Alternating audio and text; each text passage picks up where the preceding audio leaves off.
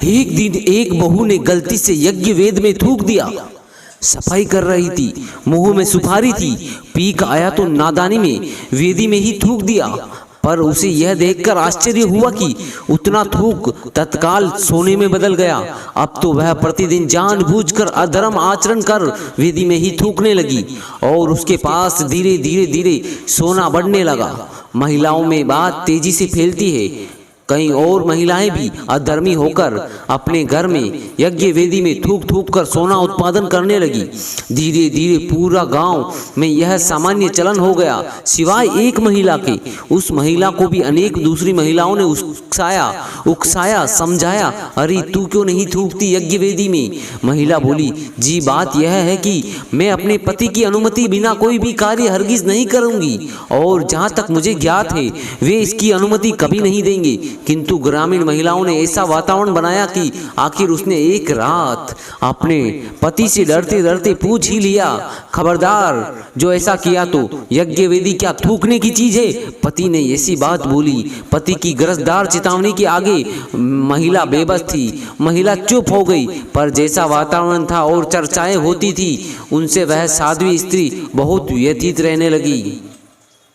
खासकर उसके सुने गले को लक्ष्य कर अन्य स्त्रियां अपने नए नए कंठ हार दिखाती तो वह अंतद्वंद में घुलने लगी।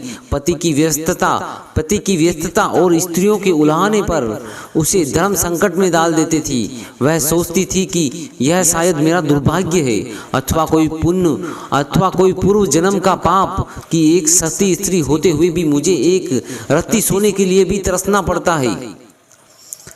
शायद यह मेरे पति का कोई गलत निर्णय है। ओह, इस धर्माचरण ने मुझे दिया ही क्या है। जिस नियम के पालन से दिल कष्ट पाता रहे उसका पालन क्यों करूं मैं।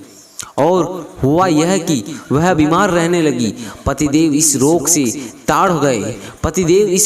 ताड़ गए। उन्होंने एक दिन ब्रह्मा मुहूर्त में सपरिवार गांव त्यागने का निश्चय किया। गाड़ी में सारा सामान डालकर वे रवाना हो गए। सूर्योदय से पहले ही वे सब गांव से बहुत दूर निकल जाना चाहते थे, किंतु अरे यह क्या, ज्यों ही वे गांव की सीमा से बाहर निकले पीछे भयानक विस्फोट हुआ।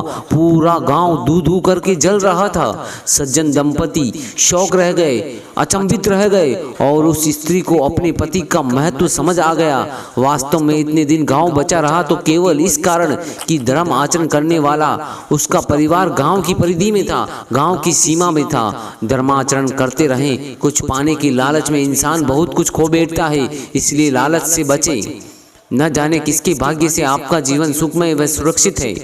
परहित धर्म का भी पालन करते रहिए, क्योंकि व्यक्तिगत स्वार्थ पतन का कारण बनता है।